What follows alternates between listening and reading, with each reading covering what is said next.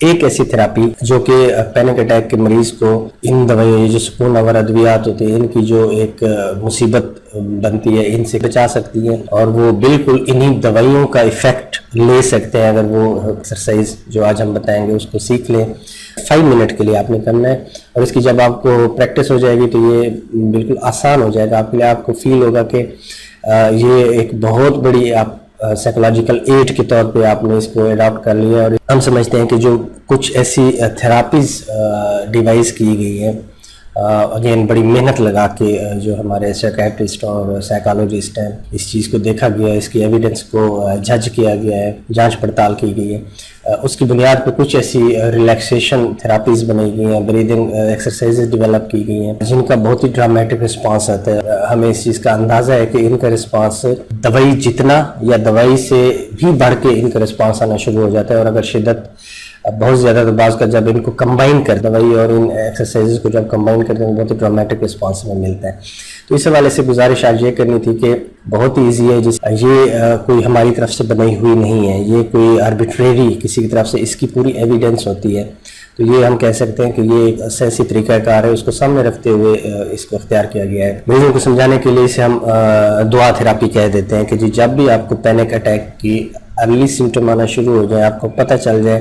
कि अब मेरे साथ वो पैनिक अटैक की कैफियत होने लगती है, यूजुअली मरीज़ को पता चल जाता है कुछ मिनट्स पहले, तो आपने क्या करना है, आपने ये तरीका अख्तियार करना है। इसमें बुनियादी तौर पर हम ये बताते हैं कि जो आपने हाथ जिस तरह दुआ के लिए हाथ उठाते हैं इस तरह उठाना है, मिला लेने हाथों को और आपने ना अपने नाक और मुंह को बंद कर लेना है अच्छी तरह, पूरी जिस तरह कपिंग होती है ना इस तरह कर लेना है। इसकी बुनियाद भी हम उनको बता देते हैं, इसकी जो बुनियादी फिजियोलॉजी है उसको भी हम मरीज़ को बता देते हैं ताकि पूरे तरीके से ये वो एंडोर्स करें। जब वो करने लगे तो ये सिर्फ ये ना समझें कि ये एक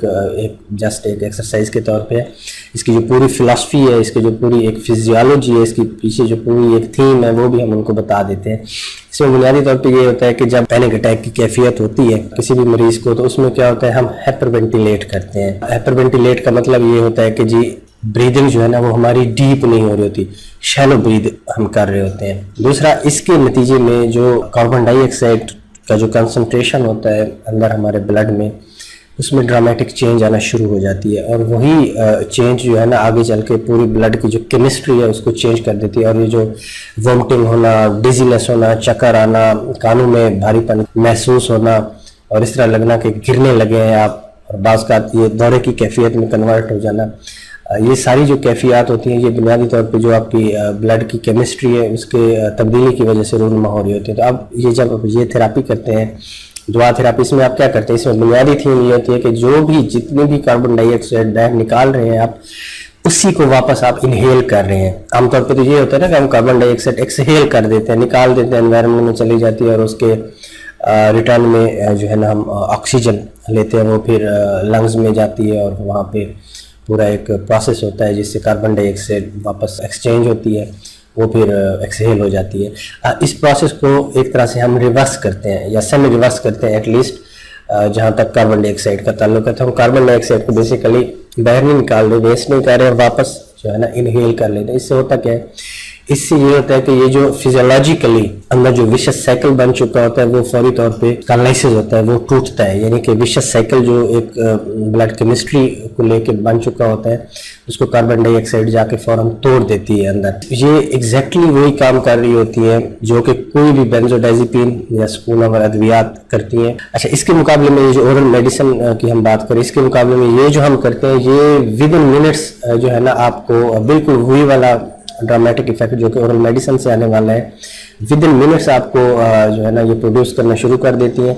और इसके लिए किसी आपको कदम की ज़रूरत नहीं है, कोई बैरियर नहीं है। आप जहाँ पे भी हैं, गाड़ी में जा रहे हैं, बस में जा रहे हैं, आप एयर ट्रैवल कर रहे हैं, ट्रेन में जा रहे हैं, मस्जिद में बैठे हुए हैं, किसी वर्कशॉप में बैठे हुए हैं, कोई भी आप काम कर रहे हैं, आपने क्या करना है, सादा सा काम करना है, हाथ को कपिंग की सूरत में लेके बंद कर लेना है और जो एक्सहेल करना है वो आपने दोबारा इनहेल कर लेना है। 5 मिनट के लिए आपने करना है